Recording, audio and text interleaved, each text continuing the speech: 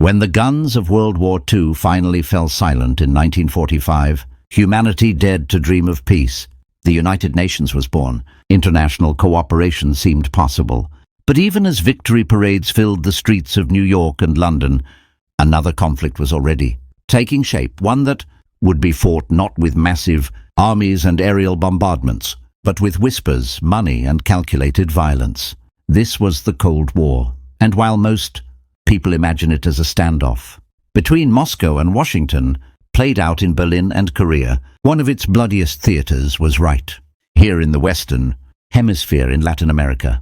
To understand what happened, you need to understand the mindset in Washington during the 1950s and 60s. Every social movement looked like communism. Every demand for fair wages or land reform seemed like the opening move in a Soviet chess game. The fear wasn't entirely irrational. The Cuban Revolution of 1959 had indeed brought a communist government to America's doorstep.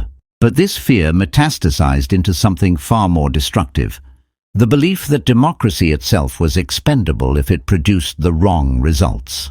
And so began a pattern that would repeat itself across an entire continent for 3 decades. Paraguay, the template.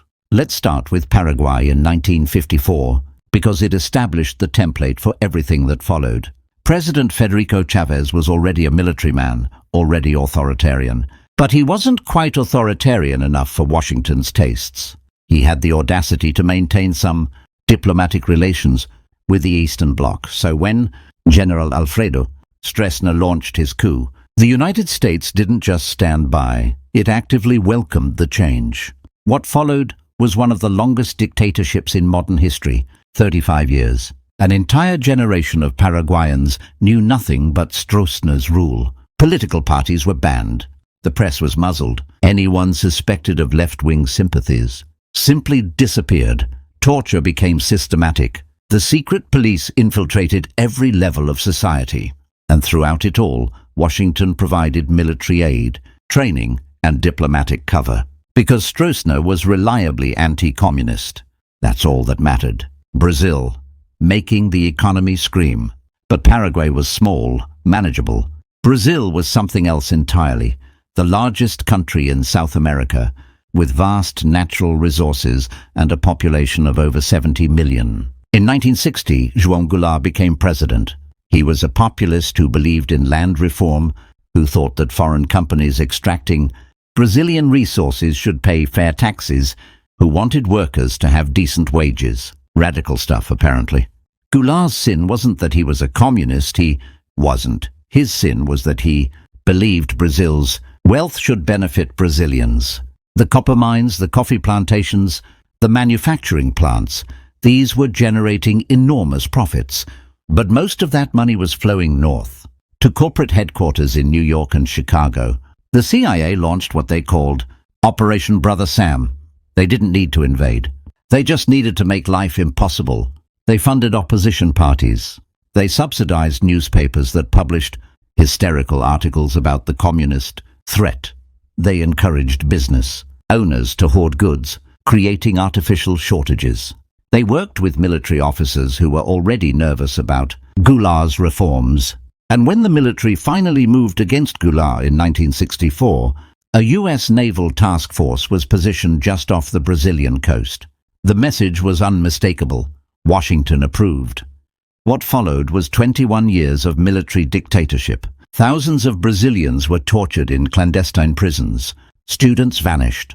Labor organizers were murdered. The regime became so brutal that even some of the generals who had supported the coup eventually became disgusted by what they had created. But it was stable, and it was capitalist. Mission accomplished. Ecuador, death by 1,000 cuts. Not every intervention required tanks in the streets. Sometimes destabilization was more subtle. Ecuador had a tradition of democracy, however imperfect.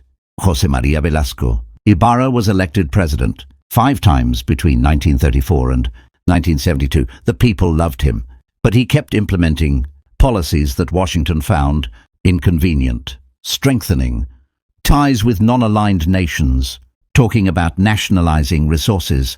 So he kept being overthrown, not by American soldiers, but by Ecuadorian generals who had been trained at the School of the Americas, who received weapons and intelligence from the Pentagon, who knew that if they staged a coup, they'd be recognized and supported. Ecuador lurched from crisis to crisis. Governments rose and fell. The economy stagnated. And through it all, the message was clear. This is what happens when you don't cooperate. Bolivia, the ghost of Che Guevara. In 1967, Che Guevara, the Argentine revolutionary who had helped Fidel Castro take power in Cuba, was captured and executed in Bolivia. You'd think that would have been enough to satisfy Washington's security concerns. It wasn't. 4 years later, Juan José Torres became president of Bolivia. He was a leftist general, yes. The military itself had a progressive wing who believed in nationalizing the tin mines and oil fields. He wanted Bolivia's natural resources to fund schools and hospitals rather than Swiss bank accounts. The CIA moved quickly. They identified a more pliable military officer, Hugo Banzer, and provided him with everything he needed to overthrow Torres. When Banzer seized power in 1971, Washington's recognition came within hours. Banzer's dictatorship was savage. Political opponents were hunted down. Trade unions were crushed. Indigenous people, who made up the majority of Bolivia's population, were treated as internal enemies if they demanded basic rights. But Bolivia's resources continued, flowing to international markets at favorable prices. Stability of a sort had been achieved. Chile, the coup that couldn't be hidden. And then there's Chile. If you're going to understand only one of these interventions, understand Chile, because this is the one where all the documents eventually came out. This is the one where we don't have to speculate or rely on eyewitness accounts. We have the CIA's own memos. We have Henry Kissinger's own words. Salvador Allende was elected president of Chile in 1970 in a free and fair election. He was a democratic socialist, emphasis on democratic. He believed you could redistribute wealth and nationalize industries through legislation, not revolution. He wasn't trying to turn Chile into a Soviet satellite. He just wanted Chile's copper, which accounted for most of the country's export earnings, to benefit Chilean workers rather than American mining companies. President Richard Nixon was apoplectic.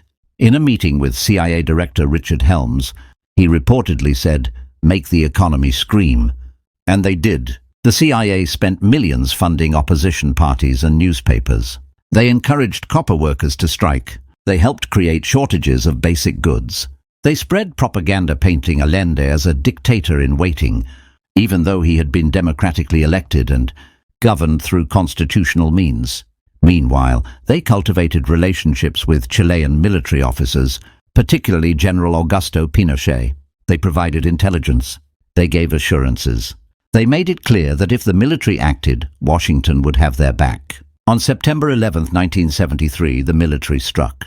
Fighter jets bombed a presidential palace. Allende died, whether by suicide or assassination remains disputed.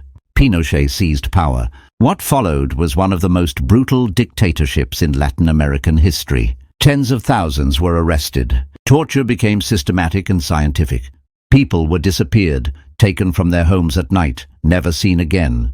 Their bodies were thrown into the ocean or buried in unmarked graves in the desert. And this wasn't some rogue operation.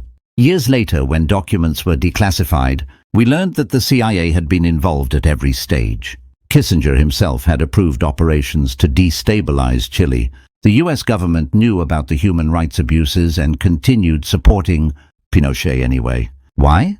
Because Pinochet opened Chile's economy to foreign investment. Because he crushed the left. Because he was our son of a bitch, to quote Franklin Roosevelt's famous phrase about an earlier Latin American dictator, Uruguay, how democracy dies. Uruguay had been called the Switzerland of South America, a small, prosperous country with strong democratic traditions. But in the late 1960s, a guerrilla group called the Tupamaros began kidnapping businessmen and politicians. They were trying to spark a revolution. The Uruguayan military said they needed extraordinary powers to fight this threat. At first, it was temporary emergency measures. Then it became permanent. Then in 1973, President Juan Maria Bordaberry, who had been democratically elected, dissolved parliament and handed power to the military. Washington barely blinked. Another stable, Anti-communist government was preferable to the uncertainty of democracy. Over the next decade, Uruguay had the highest percentage of political prisoners per capita of any country in the world. Think about that. This tiny nation of 3 million people had imprisoned a larger proportion of its population for political reasons than the Soviet Union. Argentina, the dirty war. The pattern reached its horrific climax in Argentina in 1976. The country was in chaos. Isabel Perón, who had inherited the presidency after her husband's death, couldn't govern effectively. Guerrilla groups were conducting assassinations. The economy was collapsing. The military, led by General Jorge Rafael Videla, seized power. They called their campaign "Against the Left," the process of national reorganization. History remembers it as the Dirty War. What happened next defies comprehension. The military didn't just arrest suspected guerrillas. They cast their net impossibly wide. Students who attended the wrong meeting, workers who joined the wrong union, teachers who taught the wrong books, even friends and family members of suspected leftists. They were taken, usually at night, and brought to secret detention centers. There they were tortured. Many were never released. Some were thrown, drugged but alive, from airplanes into the Atlantic Ocean. These were the death flights. 30,000 people disappeared. 30,000. Babies born to imprisoned women were stolen and given to military families to raise. And the United States knew. Henry Kissinger, in a meeting with Argentine Foreign Minister Cesar Augusto Guzzetti, reportedly told him, "If there are things that have to be done, you should do them quickly."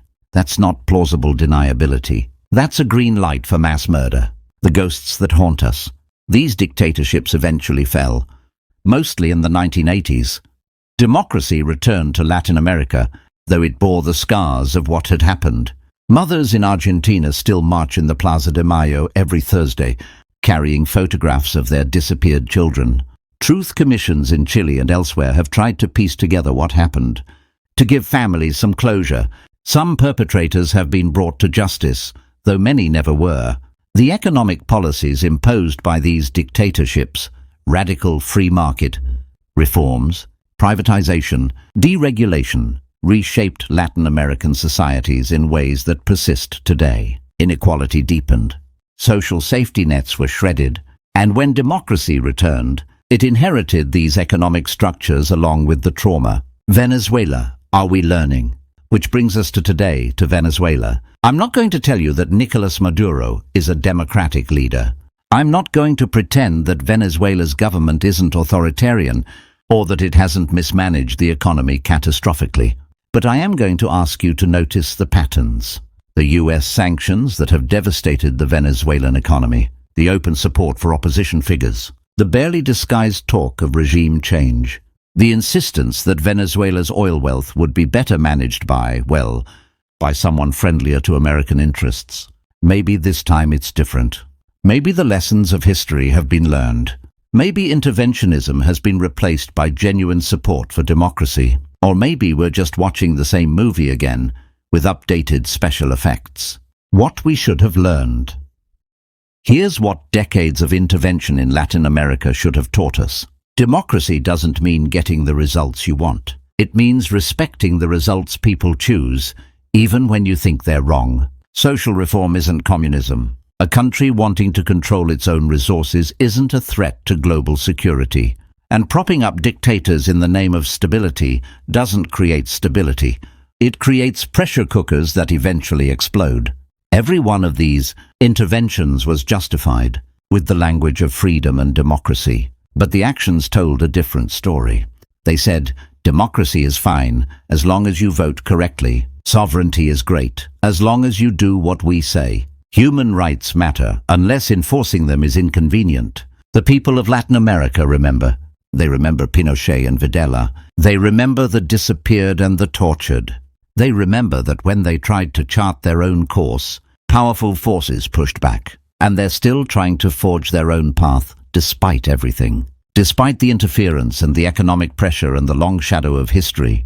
The question isn't whether past interventions were justified. The evidence is overwhelming that they weren't. The question is whether we've learned anything.